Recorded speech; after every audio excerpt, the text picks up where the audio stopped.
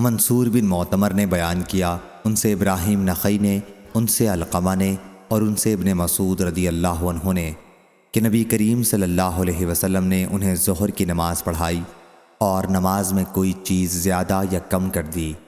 منصور نے بیان کیا کہ مجھے معلوم نہیں ابراہیم کو شبہ ہوا تھا یا علقمہ کو۔ بیان کیا کہ پھر آن حضرت صلی اللہ علیہ وسلم سے کہا گیا کہ یا رسول اللہ صلی اللہ علیہ وسلم، نماز میں کچھ کمی کر دی گئی ہے یا آپ بھول گئے ہیں؟ آن حضرت صلی اللہ علیہ وسلم نے دریافت فرمایا، کیا بات ہے؟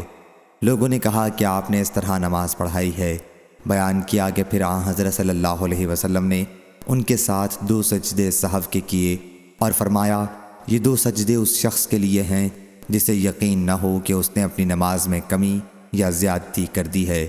اسے چاہیے کہ صحیح بات تک پہنچنے کے لیے ذہن پر زور ڈالے اور جو باقی رہ گیا ہو اسے پورا کرے، پھر 2 سجدے سہو کے کر لے۔ صحیح بخاری حدیث نمبر 6671۔